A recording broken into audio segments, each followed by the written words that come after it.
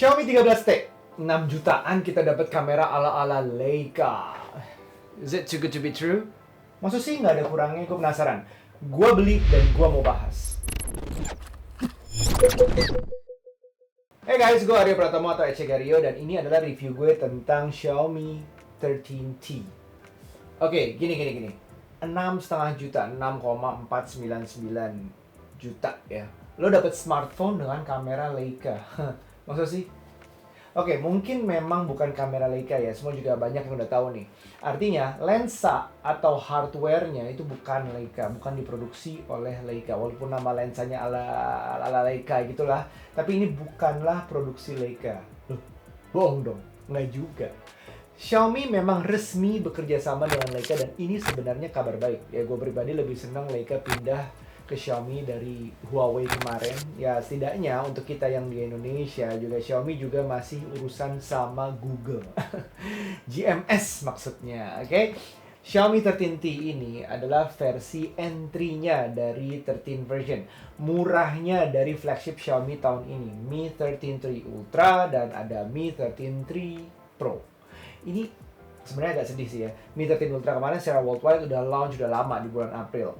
Sampai sekarang gak ada kejelasan kapan akan masuk secara resmi ke Indonesia. Bahkan mungkin gak akan masuk sama sekali. Sempat berharap yang 13T Pro-nya masuk, nggak juga. Sepertinya smartphone terbaik Xiaomi yang masuk ke Indonesia tahun ini adalah ini, 13T. Ya nggak? Ya seperti layaknya Vivo dan Huawei masuk ke golongan yang nggak mau atau nggak bisa launch flagship-nya di Indonesia. Ouch. Ya udah, kita move on. Kita terima aja nasib sebagai negara yang cuma bisa menikmati smartphone ketiga terbaiknya Xiaomi di Indonesia tahun ini. Xiaomi 13 III.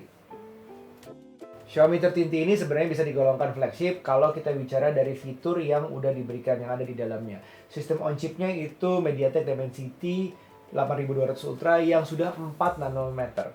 Dimensity 8100 masih 5, 8200 sudah 4. Bukan SoC terbaik memang, tapi cukup boleh lah ya dibilang flagship.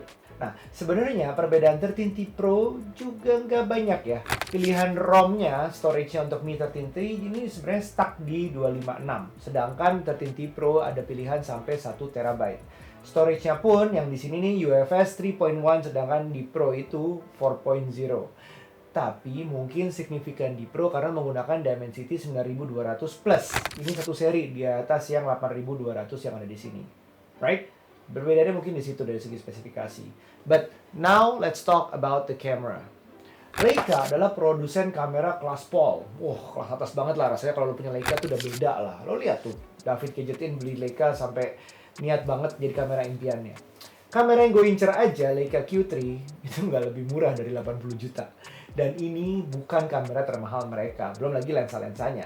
Agak bikin kita mikir ya, kok bisa kerjasama sama Xiaomi, brand yang dikenal ekonomis. Alvin Se yang pernah aku ketemuin pernah bilang ke gue waktu masih di Jakarta, dia bilang dia menargetkan Xiaomi untuk jadi affordable untuk berbagai kalangan, minimum profit katanya.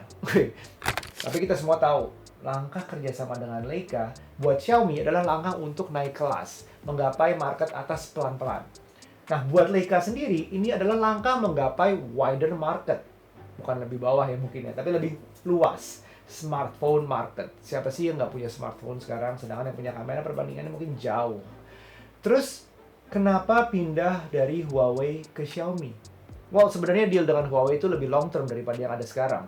Nah, apa yang terjadi? Jawabannya, Donald Trump. Maksud gue, mungkin lebih tepatnya keadaan geopolitikal antara Cina dan Amerika.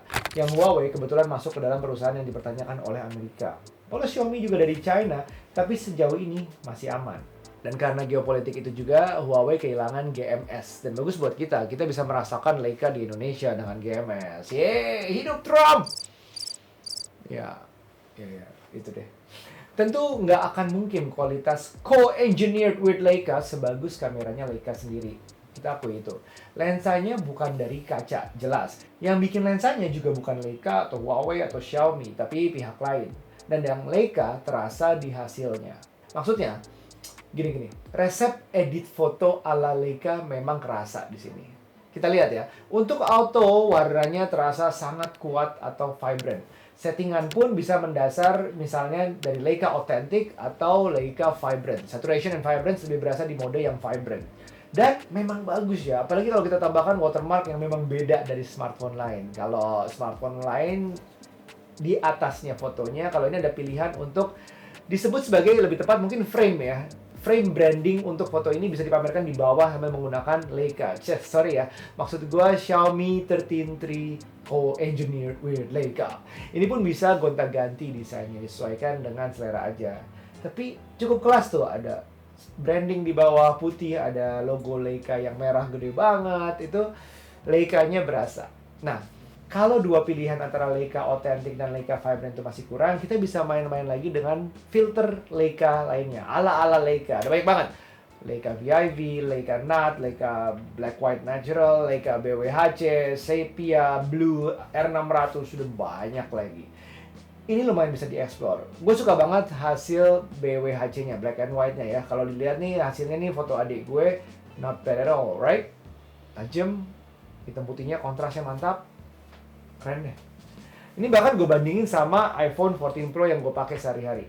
Well, debatable sih sebenarnya. Tapi menurut gue ini hampir sama kualitasnya. Bahkan bisa kalian anggap kadang-kadang kalau kasat mata itu Xiaomi 13 III ini malah menang. Coba. Tapi kalau lihat foto malamnya nih, terangnya sama. Baru kalau kita zoom in, kita teliti lagi detail di iPhone lebih kerasa di jembatannya. Dan warna kuning lampu ke hitamnya langit itu nggak wash. Ya iPhone memang harga nggak bohong ya. Tapi untuk dibilang sejajar, kalau itu dibilang hampir sama, itu sebenarnya Xiaomi udah menang. Karena harganya, ini harganya 6,5 juta dibanding 20 juta yang mungkin 3 kali lipatnya gitu. Ini harganya sepertiganya iPhone. So, value for money, right? Menang dong. Is it that good? Really? Iya, benar. Menurut gue segitu bagusnya untuk harganya. Tapi bukan tanpa kekurangan ya. Tadi gue udah bilang, yes, pilihan storage terbatas di 256 GB dan UFS 3.1. Yang artinya kecil dan gak gitu cepat, gak secepat yang versi Pro-nya, gak secepat iPhone mungkin. Dia ini untuk ngajak-ngajak foto tapi memori terbatas, ada gimana gitu. Dan tambahannya itu, yang gak ada external storage lagi, cuma ada 2 SIM card slot tanpa external storage. Yes, video cuma di 4K 30 frame per second dan nggak bisa 60. Tapi udahlah ya, kayaknya yang penting beli ini cuma mau foto daripada video. Bener nggak? Video untuk keperluan sosial media aja, tapi foto bisa mungkin dicetak lebih bagus.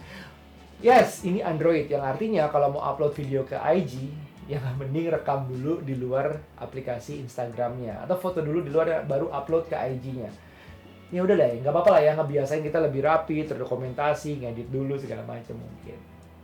Dan yes, ini MIUI yang gue sering salah swipe down dari kanan atau dari kiri.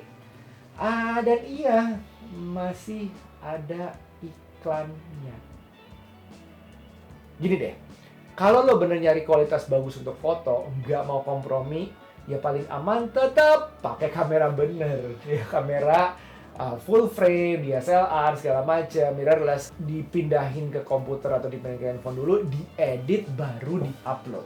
Kalau lo merasa penting untuk jaga brand, you wouldn't dare near Xiaomi. Even if it's a collab with Leica. Kapan-kapan gue akan bahas tentang branding diri kita sendiri ya, personal branding. But trust me, Xiaomi saat ini belum. Not yet, at least.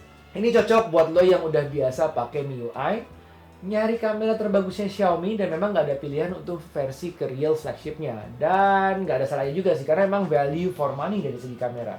Dan ini that good, yes, for the price obviously. Iya, segitu bagusnya kalau diomongin dengan harganya. 6,5 juta. Nah, menurut lo gimana? Kita beda pendapat? Boleh, boleh. Tapi tolong tulis di kolom komentar menurut kalian gimana, nanti kita diskusi.